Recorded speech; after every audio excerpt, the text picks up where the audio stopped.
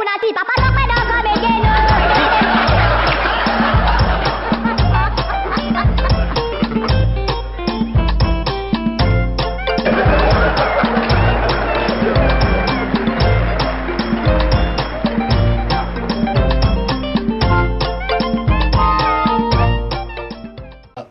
I will beat you. I will beat you. Oh, boy, okay. I will beat you. You will see it now. I'm going to win today. Play.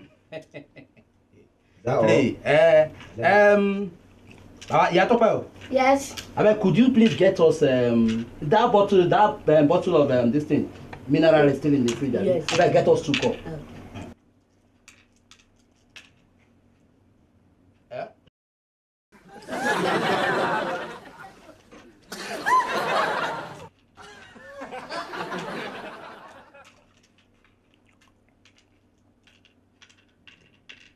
Sorry.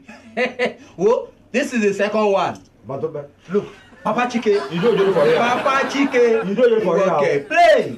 Play what you want to play. Thank you very much. Arakuni, take your drink, Papa Chike. Thank you. I can deal with you seriously. Get enough energy. Very nice, man. Play. Okay.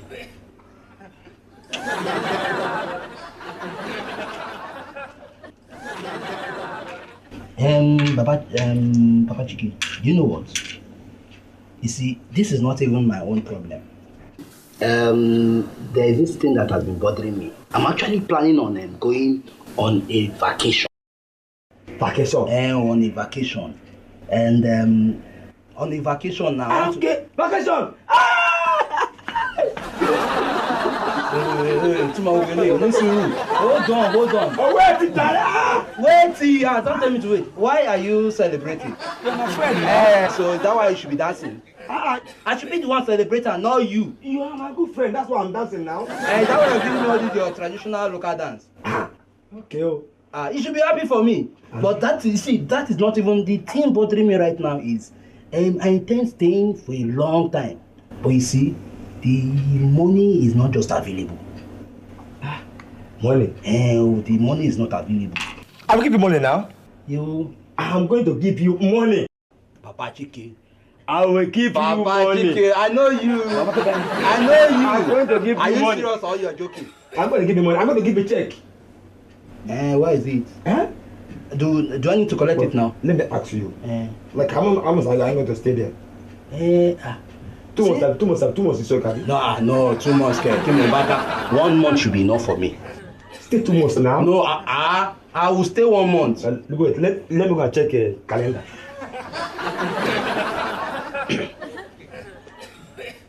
Check myself now. Check the calendar myself. Okay.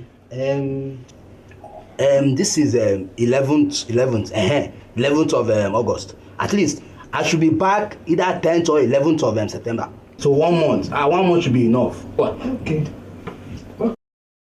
The check. Right. Any amount you need, write it here. Tope. Get me a pen. So how much should I write? Any amount you need, write it here. Any amount. Any amount. Any amount. Any amount. Tope. Any amount.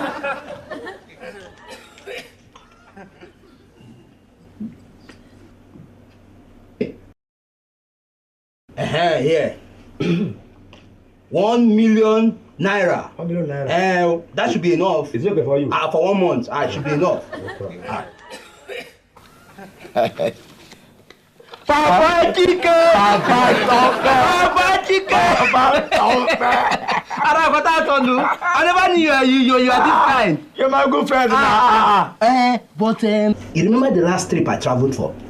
The one I traveled to Cotonou and Ghana. And do you know what I came home to meet? What's that? A pregnant Mama Tope. A pregnant Mama Tope.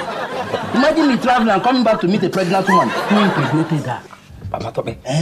Pregnant? Now.